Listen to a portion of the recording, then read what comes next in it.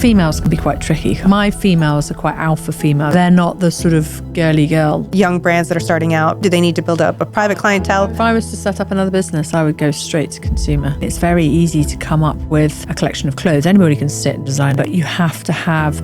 Alice is someone whose work has always felt like stepping into a story. She founded her brand, Temperley London, in 2000 and quickly carved out a space in the fashion industry with designs that celebrate romance, craftsmanship, and a certain kind of bohemian glamour that feels both timeless and deeply personal. Absolutely. Go and work in companies to understand how they are structured and they run before trying to do everything and learn everything the hard way. Do you find designing and coming up with your collections as a form of escapism? It's an escape into a creative world where you're combining all sorts of elements that you love and making them into another world that you step into. Talk to me about the first time you understood the power of fashion.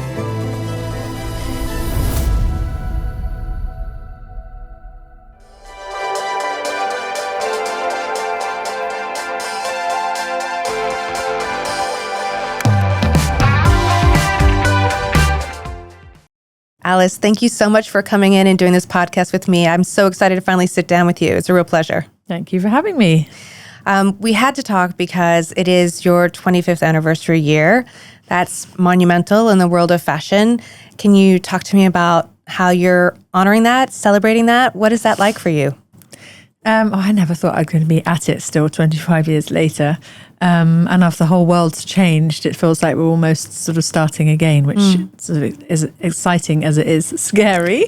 You kind of don't go 25 years, I think, into a brand and then sort of give up. You're like, right, no, this is going to become something that, you know, lives on and on. It's the year of the horse. You're the horse. So are you all into astrology and Chinese signs and all of that good stuff? A little bit? Follow your intuition, I think. Work only with good people and into signs and planet and earth stuff. Yes. I'm not religious, but yes, everything else. Everything else is a yes. Yes. So then what about destiny and fate? Where do you fall down on those two? Intuition and there is something to do with following and your destiny, and things will happen for a reason. And I think only if you follow your intuition. Yeah, so you got to listen to that voice, that little voice. And sometimes you can just work so hard you don't listen to it or can't even hear it. Yeah, exactly. So that's what I'm going to try and tune into over the next week when I'm off. Can't wait. I know you mentioned earlier like COVID and that was a real big, I know that was a real big shift for your company in particular. You took everything and out into the countryside, left London. Can you talk a little bit about that pivot? Because pivots are such a big and important and traumatic sometimes moments in our lives. They are. I mean, you guys over here didn't feel the effects as much as something like COVID because none of you really locked down like they did in England. I didn't feel it that much because I moved to the countryside, which is where I'm from, which is beautiful, like gorgeous English countryside with my animals, my son, moved the studios back there to have much bigger kind of creative space and to feel much more personable, and like the soul of the brand needed to kind of reset there and become something to grow from again. But I think the effects of COVID was one thing. Of course, we're over that now, kind of. But the effects of Brexit were another massive thing. Again, you guys didn't feel over here. But for all British brands, I think that was a huge knock-on effect, especially even us selling in Europe became as difficult it was to get things to America as it was to get things anywhere. The amount of extra logistics and paperwork that we all didn't have to do before was just extraordinary. There's one thing happened, then another thing happens, and then obviously everything's happened around the world recently. Everything has a knock-on effect in some way, whether it's to supply chain or imports and exports or duties or those logistics, tariffs. Everything. Yeah, and then the tariffs happen. Let's just add that on. Okay, that's another one. And yeah, exactly. You do wonder what is next. In any of the places that are at war, nothing seems to really be happening. They're saying it's going to happen and stop, but it doesn't seem to be, does it? So it's heartbreaking. Yeah, and luckily, I mean, we can use this world of fashion as a sort of escape into another world, but the world's a pretty brutal place, isn't it? Do you find designing and coming up with your collections as a form of escapism, or is it where you're feeling it you're most yourself? It's an escape into a creative world where you're combining all sorts of elements that you love and design and making them into another world that you step into. So you're making a collection or pieces that if you put them on, they will transport you in a certain way. And as a child, I've always loved film noir, and I've always loved, and I'm obviously from deep in the countryside, I've always loved, like, you know, Fred Astaire and Gidget Rogers, as well as Edith Head's kind of costume department in the whole Hollywood film noir. So I always like the way that all of those move and may make you feel. And Fred Astaire, obviously, I love all the suits and the shirts, and be very happy just doing that. And we were talking about the struggles, you know, all of these, the tariffs and Brexit and COVID and all, you know, and on and on and on. And I mean, it's always been hard to be a fashion designer and always launch a fashion brand, but I feel like it's particularly hard for British fashion designers with all of those things, more than maybe in America, definitely more than here, I would say. Well, you say that, but then America is dealing with the tariffs, the other side, and working with other countries, because America doesn't have that much homegrown fashion production. So where do you get laces made in America? You probably can't. As far as jacquards and fabrics and stuff, they're not a known producer. The country is so, my house is like way older than the whole of America. Every single probably brick in America my house is way hundreds of years older. So if you think they don't have that whole history of making and craft, so American designers as well as American people importing are going to find it very hard to make things with that sense of craftsmanship. Yes, they can buy fabrics. Yes, they can do kind of fully made, bought, cut and sew things, but that skill of what goes on with the incredible artistry in India, like all of my embroideries and things like that, don't have that over there. So them whacking tariffs on things, only shooting themselves in the foot. So actually I think American designers are going to find it harder, and American stores are going to find it hard to bring things in, and then they're just going to end up left with sort of sportswear. Another tracksuit. Yeah, great. Tracksuit and burgers. Yeah. Well, that's what the elastic's for. So brand's been around for 25 years. Yeah. You mentioned your son. I believe he's of the age 17. So you're on the cusp of freedom. Okay, so you say freedom. No, okay. I don't. He's adorable. I hope he never ever leaves home. I love him. Has he been fascinated about what you do and want to follow in your footsteps, or has he got his own calling? I think that he will definitely do brand, and he is incredibly clever, and he often makes very sensible suggestions to me. And I'm very excited to see what he does next. I'm very much I'm very much a family person. All my siblings, my family, we've all had our own businesses. I've never worked for anybody. I've only worked for one person. That was a fabric house working for other designers. As a consultant, but none of us have worked for other people. So I think all of our siblings will all set their own things up. So entrepreneurial, independent. Yeah. Raised him right, it sounds like.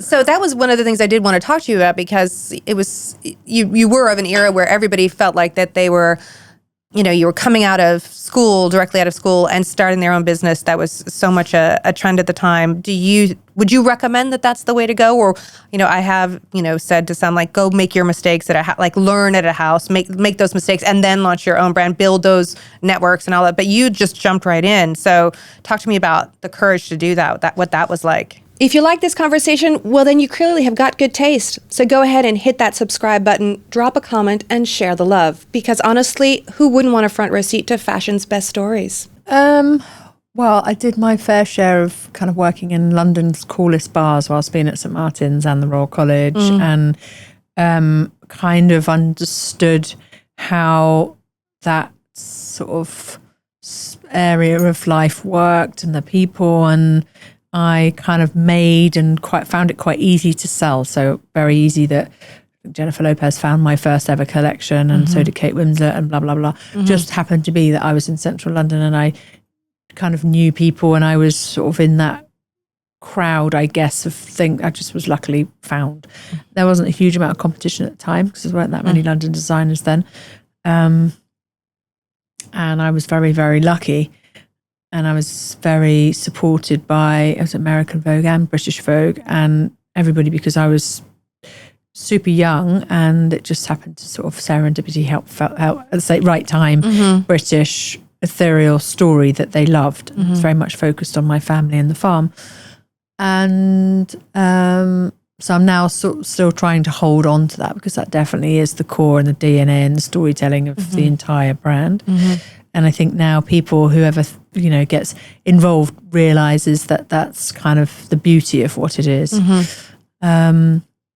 But setting up a new brand, I mean, it's very easy to come up with a collection of clothes. Anybody can sit and design a rail of clothes, but you have to have an authentic story. And mine was, without me really realizing, British, bucolic, countryside, party, family, craftsmanship, girl designing for this big group of girlfriends. And I was incredibly lucky, I guess. And it's kind of, that's what's got me through, is that storytelling and that connection with the British woman, I guess. And that's spread because everybody seems to like England and that like story. And good that I do decorative clothes, because everybody likes dressing up every now and then, surely. So that's good. But to set a brand up, I think you have to be very, very, very specialized now. And you have to be good at fewer things, but do them really, really well, because the competition's massive. And my mistakes have been trying to do too much and then diluting it in one direction and another direction. You just have to stay very, very true and become the expert and the master in fewer things. No, I mean, I know that that's the thing. It's, you can get pulled. Okay, now it's all about minimalism. Now it's all about streetwear, and to still try and stay in the essence of what your story is. It can be very hard not to have buyers and people saying, you should really try and go into this direction or that direction. Oh, everybody has an opinion. That's well, how do you deal with all of those opinions? Like, I mean, do you have you learned? Are you at this point where like my opinion is the only? We've just actually hired one person to filter that feedback, because there are so many people that have no idea, who try and give you direction, but you actually need somebody who's got proven experience in that field to be the filter, because you can have salespeople that aren't necessarily that skilled saying, we don't want to see that again, we want to see newness again, but actually people do want to see that again, and that's your core product. So that's wrong. And then just, so you just need somebody who will deal with proper data and an understanding of brand, and if you're moving into new categories, how to do that. So that is really about team and making sure that there are people that you really trust to be able to hold it and make those decisions. Otherwise, you get people that are like rookies that do, we're going to do this, we're going to do that, we're going to do this, we're going to do that, spend that on that, we're going to move this warehouse, we're going to do that, and you're just like, oh my God. So it's control, it's slowing down, focusing, and having the right people in the right positions. And this person you mentioned, data, is this a data person who's like crunching numbers for you, or is this somebody? It's systems, just more systems. Systems. Okay. So it's really, I mean, it is, isn't it? It's like there's creativity, and then there's business side of things, and you have to have the right people in the right places and the right information and the right suppliers and the right margins and the right everything to be able to run a business. So fashion designer coming out, it's not just about designing clothes. It's about understanding how to make something viable, commercial, and with a point of view that makes you stand out from everybody else. So talk to me about that business side, because you clearly had the whole fashion and the creative side. You had your schooling, you had your aesthetic, your vision of who you were, but maybe you don't know how to run a business. I mean, it's very hard at how to be a leader. I mean, how was all of that learning process team is like? Fine. I mean, with leading the team, it's absolutely fine. It's making sure you've got somebody in the right finance person. I'm not a finance numbers person at all, in the right place. Recognizing you're not good at that and getting the right person in. And there are things like when I worked with my ex-husband and my sister, that was probably my favorite time, because you're all exactly on the same wavelengths of exactly what you need. There's the ultimate trust there. There's a respect there, and that's great. And it's about finding those people that will work with you. And my design team has worked with me for a long time, and it really alters the boat if something comes in and rejigs it. And when you've got even like even things like logistics and supply chain and warehousing and everything else, if you've got the wrong person in that stage, nothing's going to get anywhere in time, and that will affect everything. So it's about kind of finding your amazing army and making sure that they are oiled and working in the right ways. Right. But that's interesting. You talked about your family. So you have the ex-husband and your sister, and there are people who say it's great to work with families, and others who argue against it because you're maybe, you can't say certain things with family, or you have different dynamics. But you're of a mind that it's better to be surrounded by family. Yeah, I think there's a very beauty in family businesses, and the team should feel like an extended family. And then you get the best out of people and relationships. Yes to question, yes to that, but God, find enjoyment. If there is no enjoyment, people do not have any loyalty, and they will walk out the door, and there will be bad words said. And you don't want a team that is not harmonious. Otherwise, you're just going to be making things that. And so, how do you create that space if outside of family you've created your own family now? How do you create this space where you have people who stay with you for 20 years? A great working environment, and we have a very beautiful studio in Somerset, and you create a world for them to step in, and it shouldn't be corporate, sterile and cold. It can be done with, I always look at it when I went to the old Net-a-Porter offices, it was great. You go in, and Natalie was such a fantastic leader, and she would make fun with everything. People admired her, respected her. She had a fantastic office, and they had all those big leaderboards with all the numbers, and then you get a sense of everybody was in there doing it together. And it's the same with other leaders. It's like my friend Charlotte Tilbury, or that they're incredibly dynamic, amazing people that people warm to and they inspire, and that's, you have to create that kind of world, I think, for people to want to work. So otherwise, why would people want to go to work? You don't want to create sort of not a very nice environment for people. Yeah, they won't. They definitely won't stick around.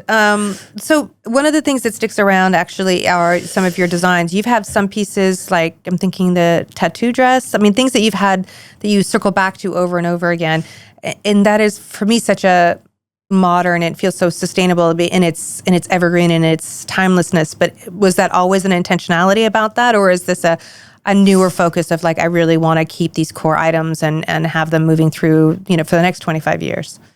Well, the beauty about that dress is that you can just literally zip it up. It's sleeved, but the sleeves are sheer. The movement in the skirt's enough, but not too much. And you can decorate it in a way that's really ornate. So it's like our version of a Fabergé egg, basically, for a woman's body. And it fits everybody because there's the way that it's cut. And so people just find, if they don't know what to wear, or if they're feeling uncomfortable at any part of their body, that dress just sort of literally does everything. It's a magical dress. It's a magic dress, yes. And all sizes can wear it, and everybody always responds really well to it. So yes, that dress is staying around. And so is there an idea to have those? I know you have a core that you always circle back to over and over again. So we have a heritage collection that we will delve into and recolor and bring back as exclusives. And even the bridal collection that's been quite a big collection over the last, ever since I got married, which was a long time ago. And we're recoloring some of those pieces because they look, and the workmanship in them is amazing. So we bring them back as exclusives in colors. And actually going to Paris Fashion Week is very productive to go with literally just an array of beautiful swatches from those dresses, which have got incredible workmanship on them, and sell from the swatches, which was something I've never done before, but was incredibly successful last season. Oh, wow. What made you decide to go use that process for the first time? Because we decided to do 4 seasons a year instead of doing 2, and we wanted to quickly go to market, and we needed some more sort of evening offering early of those heritage styles that people would have liked. So we decided to bring those back and run those, and then stores might get their own exclusive colours from those swatches, and then they come off the table, or we just carry on doing some of them always and forever. I want to pivot a little bit back to the whole business side of things, because you said, you were lucky you got discovered. There wasn't a whole lot of competition when you first started out. Now, of course, we have online and we have social media there, and then there's this. God, I wish there was social media when I started. That would have been Can you great. imagine? Oh, yeah. I'm actually glad that they don't have social media when I started. Yeah, likewise after hours, but it would have been really. That's the powerful thing for people to harness, isn't it? But what do you feel about that whole B2C selling through social media as opposed to selling through a retailer? What are your thoughts about that in terms of should young brands that are starting out really focus on one? Do they need to build up a private clientele? God, if I was to set up another business, I would go straight to consumer. Yeah. But I'm not. So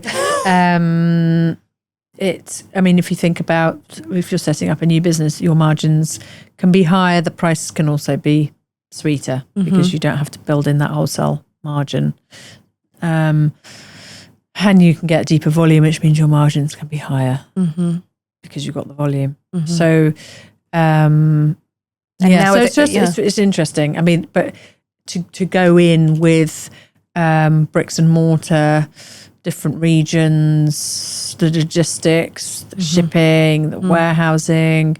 The beauty about being B2C is that you can make what you want when you want and sell it like tomorrow. Yeah, I mean, I like the whole process when you talk about speed and sustainability, the idea instead of seasons, because you mentioned going to 4 seasons, the idea of doing drops as opposed to seasons, because the seasons almost feel outdated. I mean, everybody can travel the world and, chase winter or chase summer or live in climates where there aren't as many seasons as, in Dubai. The thing is with our collections, though, if it was the product doesn't really work for direct to consumer through social media. One's the price point.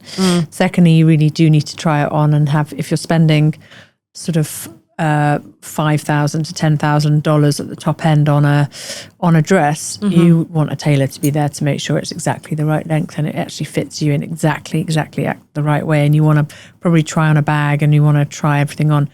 And also as a retailer, you don't want to be shipping those dresses at that value over the world. So, for example, for us, if we were direct to consumer in America, you can do it. But, what if you had if you were relying on that and you had those returns or whatever, to go to America, you have to pay all the duties out and then you have to pay to ship back. So even with us, with a website, you still have to pay for them all to go there. And then if they decide they want 3 dresses, but they're actually ordering different sizes because they don't want their sizes, or maybe they've got a bigger part of their body, so they just order more sizes. And that they're trying on 3 dresses and multiple sizes, but they maybe only want 1 for that gala. And whilst they're at it, they might have ordered from other brands as well because they were having a trying on session. So there's just there's a big farce of that. So it's actually better. It's actually better in that respect for you, when you're doing things that are quite a specialized product. But if I was doing knitwear or jersey or anything like that, absolutely direct to consumer, easy fit, less return rate. No brainer. It just depends what the business is, but it's business is a challenge, and any young person starting out, I would say absolutely go and work in companies to understand how they are structured and they run before trying to do everything and learn everything the hard way, because you learn so much by going in and seeing. You save yourself years of going and making the wrong kind of turns you'll still see things that you kind of want to avoid or focus on. And that can be everything from how somebody does their marketing to how somebody deals with their HR, to how somebody kind of files all their information or what systems they use or whatever. I think it's incredibly informative seeing how anybody works. And only work with people obviously that inspire you, because that will only hopefully inspire them more. I'm a big believer in internships and mentors. Like that's, almost even more than I shouldn't say this now that my kids are heading out of college, but, even more than a college degree or a master's degree, I feel like that boots on the ground is so much more important. I agree. Do you, there's been a lot of talk over this last season. There were so many new designers at so many new houses recently. There was a brand new designer who was left after one season at Versace, I'm thinking of, and then this lack of female leaders at fashion houses. You as a female designer who owns her own company, how do you feel about the current landscape of fashion and how that's all shaking out in this big shift? I mean, I haven't seen anything in my entire career, the number of new designers at big houses and the lack of women doing in those roles. It was interesting. The lack of women I think it's such a, females can be quite tricky, can't they? I mean, my females are quite alpha females. I have a huge amount of girlfriends, but they're not the sort of woman girl that I find quite difficult. I'm quite alpha. I get on with stuff, and I'm as many male friends as I have girlfriends. But it's a challenge because I think also the male designers become the female sort of gather around male designers more. So it's a really weird thing that I can't quite put my finger on. And also they don't have necessarily the responsibility of running a family or the men don't. The men, yeah. And often the male designers are gay fashion designers, and that's how it is. And that's often the way. And there is absolutely nothing wrong with that. But it with a woman, I think there's a balance of life that you need to juggle. And my balance is obviously been incredibly hard to juggle with a kid and a house and animals and travel and London and the countryside. And not people are strong enough. And I think my growing up on a farm and like I'm quite kind of hardworthy and I've got lots of energy, but I think that not many people would be able to stand it. Even my sisters are like, my mum was like, I don't know how you do it. Why you'd want to do it. I mean, so then where does that drive come from? Where does that? I like my creativity, the team, the suppliers, and I generally like making stuff. There's a lot of the industry stuff that I really don't like, but I if there's one thing that you could absolutely get rid of, like if I never have to do that again, what would that be? No, I wouldn't say that there's none of it, but I would prefer to have more time on the creative side rather than like dealing with issues all the time. That would be great. But I think that's a sort of fantasy when you're involved in anything. Yeah, when it's your baby. But sorry, I cut you off. But because I do want to go to that essence of you being this driven, person. Was it innate in you from the jump, or was this something you cultivated? We were all kids. My dad's has made all of us into hard workers, fiercely independent. Where are you in the lineup? Are you firstborn? Yeah, I get that. And then you said also, what do I think of all the people moving around houses? I think it's incredibly hard for somebody to go into a house and understand how to work with a different atelier, how to work with a team, who does what, how you get into the history of the house, and the pressure. I mean, the pressure to go and work for those houses. I mean, it really is all data, numbers, and you can go in and be very kind of valued by the press, but your sales won't be great. So look at what happened to Burberry. They've obviously gone back to their roots. It was in the business of fashion, I think, last week. They're going back to their outerwear. They're going back to their core. They're going back to that kind of country. And what they tried to do is to go to all very sort of fashiony and introduce all those other things. And it fantastic for the press in the front row, but it wasn't selling. So they're basically stripping it right back. So anybody going in to try and change a house might get a moments of something but confuse the customer. Anybody going in and doing kind of core heritage stuff won't get the adulation but will probably get the sales. So it's kind of hard for somebody to go in to a house and actually win. Well, I mean, I know that was one of the things that I would hear, for Maria Grazia at Dior, they're like, the press was not enthusiastic, but she was selling. Like she was actually selling ready to wear, and so for a very long time. Yeah. That's a really big challenge. And what happened to Gucci? I mean, I know. Yeah, that was like a massive fall, and it's such a shame when those things happen. When you only have, what can you do in 3 seasons? I think the only person that did it successfully was Sarah Burton, but she worked obviously with Lee McQueen for years, so she was part of him. So and that worked. So yeah. Or I mean, it is that question of when you look past with Givenchy, when it was Riccardo Tisci kind of broke the mold, with Gucci when it was Alessandro Michele, it was like really breaking with the past. I mean, do you think a designer has to break with the past, or it needs to embrace the past? Like you mentioned, Burberry it can go very wrong, can't it? I think Alexandro was an exception, but he also worked at the house, so he had the elements of it and all the codes and all the DNA and all the way to do things. The team loved him, the atelier loved him, and then he just turned a few knobs up. I mean, literally just made it more. Turned it up to 11. Yeah, but it was still the same, if you know what I mean. And now they've turned it like way down. With Demna? Okay. To be continued. Talk to me a little bit about because you're so much into craft, I'm very curious as your thoughts of all of the new materials that are out there, like I'm thinking of mushroom leather and, using 3D printing and, maybe making things more efficient with AI. Like is there anything in all of these new and exciting realms and fabrics and functionalities that you're like, I want to explore this more because I know you're such a crafty person? AI, I love ChatGPT because I'm dyslexic, so it helps me write everything. Brilliant.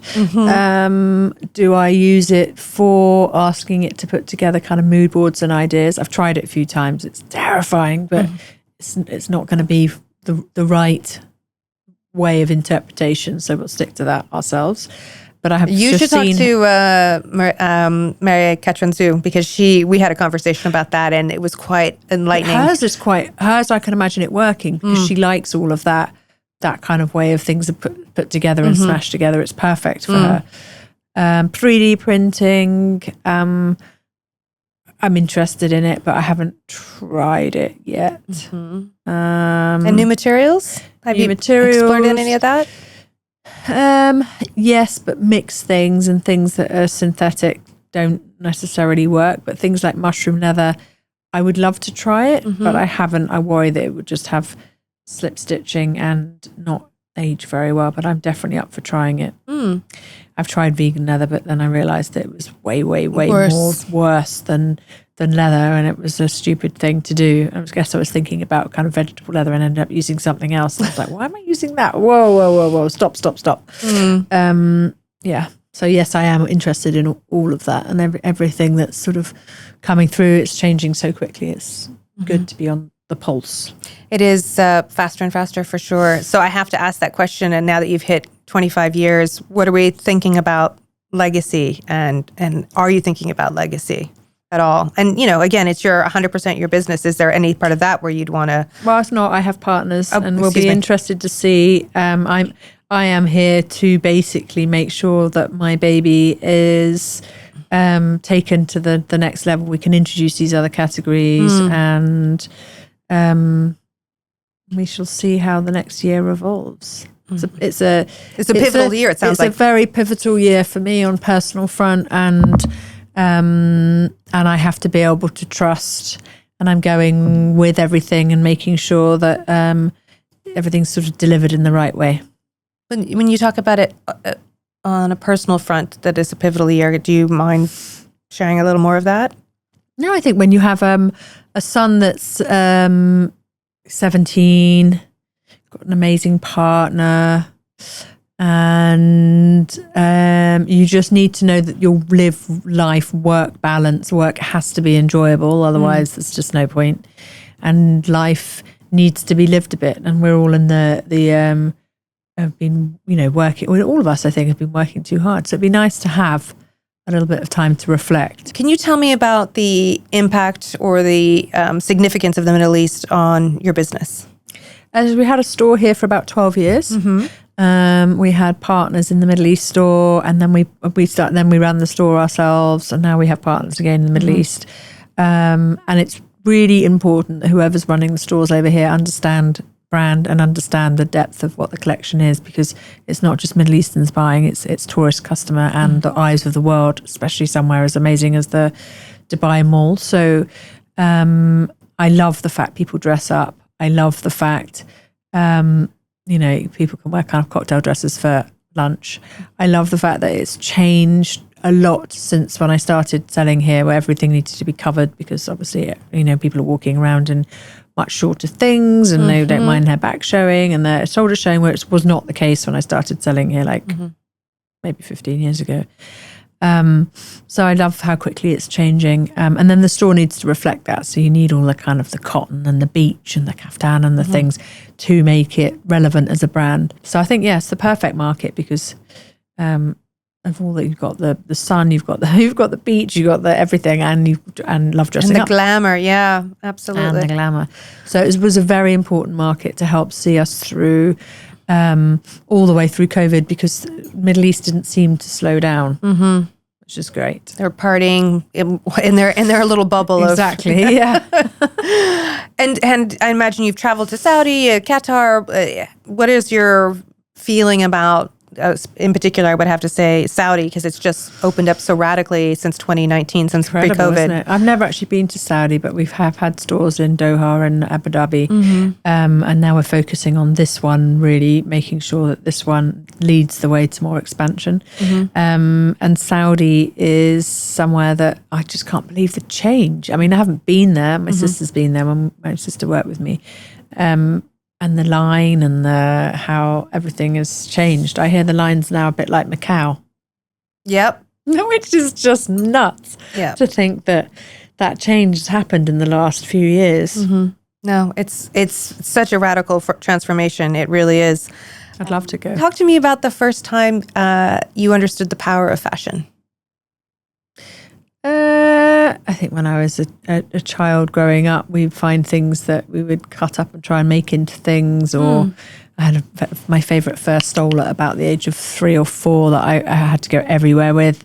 And then I had a secret red lipstick that I was always used to wear. And then I'd sneak off in my high heels at the sort of local sales that I'd hide under my bed but clump around in, and you'd feel like an escape from kind of growing up in the middle of the countryside. So there was that element. I didn't think about it. It was true, isn't it? It was like the furry and a lip and a heel at a young age, because obviously that was different. And then discovered black and white movies at the age of 11, and that was it. I just had to have satin and feather and bias cut and everything else. Oh my God, I know those black and white dancing scenes. Ginger Rogers. I mean, oh my God, heaven. Okay, so let me ask you my 5 classic fashion questions, and then we're out. Okay. The first one is, what is your favorite piece that you own? The thing that you would take with you everywhere that never leaves your side? As in a piece of fashion? Well, yeah. Or was there something cherished that, if you could only take one thing with you if you were heading off, what would that one thing be? Like a camera. A camera? Like a camera. Tell me more. Why a camera? Why would that be the one thing? Because it keeps you off your phone, captures moments. I am a visual person. I have a photographic memory, but that just slows things down, and it means there's a catalogue of life. So is your mind always racing? Do you have a difficulty slowing down, or? No, I don't have a difficulty slowing down necessarily, but I'm very visual. Okay. So I see things and people are talking, and you see, and you, it never stops visually. Okay, I gotcha. We were talking about the price points of your creations. For a lot of people, anything that's a designer is something they have to save up their money for. If there was one item of clothing that you think someone should invest in, like save up your pennies to buy this, what would that be for you? White shirts. White shirts. See, now, white shirts for me, like, I always feel like I'm going to get, you're going to kill me for saying this, I always feel like I'm going to get makeup all over my white shirt, and then my white shirt is ruined, and then I don't know what do I do? Yeah, I don't often wear makeup, so today, naughty. And you have to have somebody who presses them and does them nicely. But when you travel, if you're on a holiday, or your skin is like holiday, nothing better than a white shirt. If you're feeling not great in the morning, nothing better than a white shirt. And a white shirt looks great with a trouser or an evening skirt or something. I've got hundreds of them, but obviously you can invest in a fantastic suit, which is important, and you need dresses that you just zip up and you're off. I do love a good zip up and you're off dress. Those are and that's what we're known for. So I should have said that really. And I probably should have said my fox ring, because I never ever take that off. What's the story behind the fox ring? My son's called Fox, so you see Fox. A fox is around my neck, on my What charms. is okay? So I know your son's name is Fox. So that. No, okay. So Fox is your son's name, but it has to go further back than that. Then what is it about the fox? I've no idea. I just like the name Fox. He's got such a pretentious name. He's called Count Fox London Temperley von Benningsen-Mutzkiewicz, my son. Oh my God! So you set him up for success. So Fox, basically, I just want him to be known for a short little word, rather than his whole other rest of his name. But it was important for him to have such a name? No, he was born, and I was like, he's going to be called Fox. Love it. Love it, love it, love it. It's a good name, isn't it? It's a really good name. It's a really good name. It's a really good boy. Well, actually, boys or girls, but it's a really good name. Yeah, highly, highly. Yes, I'm going to note that down.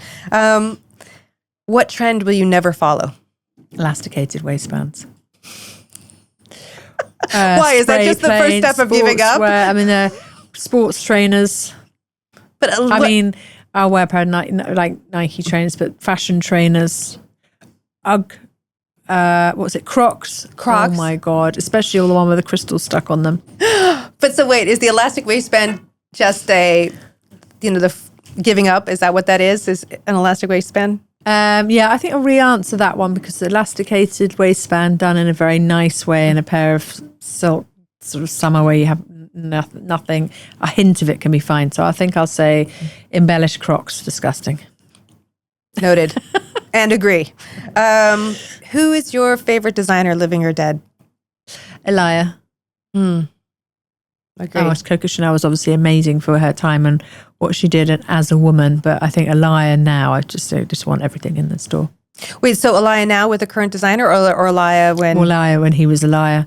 Shirts, amazing bodycon, simplistic, just so cool. And still made now women feel amazing, and still now. But yeah, I mean, it's an amazing brand, and he did what he when he wanted. Yeah, he would show whenever he wanted. If you wanted to come and be there, great. If you didn't, Yep. A real maestro. Did you ever have an opportunity to meet him or sit at his kitchen table? That was a treat. Okay, last question. What do you love most about fashion? Exporting yourself into a different way, and clothes make you feel a certain way. Absolutely. Put on a sharp suit, you feel amazing. Put on a heel with the suit, put on a dress, and it's the exportive expression and making people feel great. It really does. It really does. Alice, thank you so much for speaking with me. I really, really appreciate it. Thank you for having me. Thank you. Goodbye.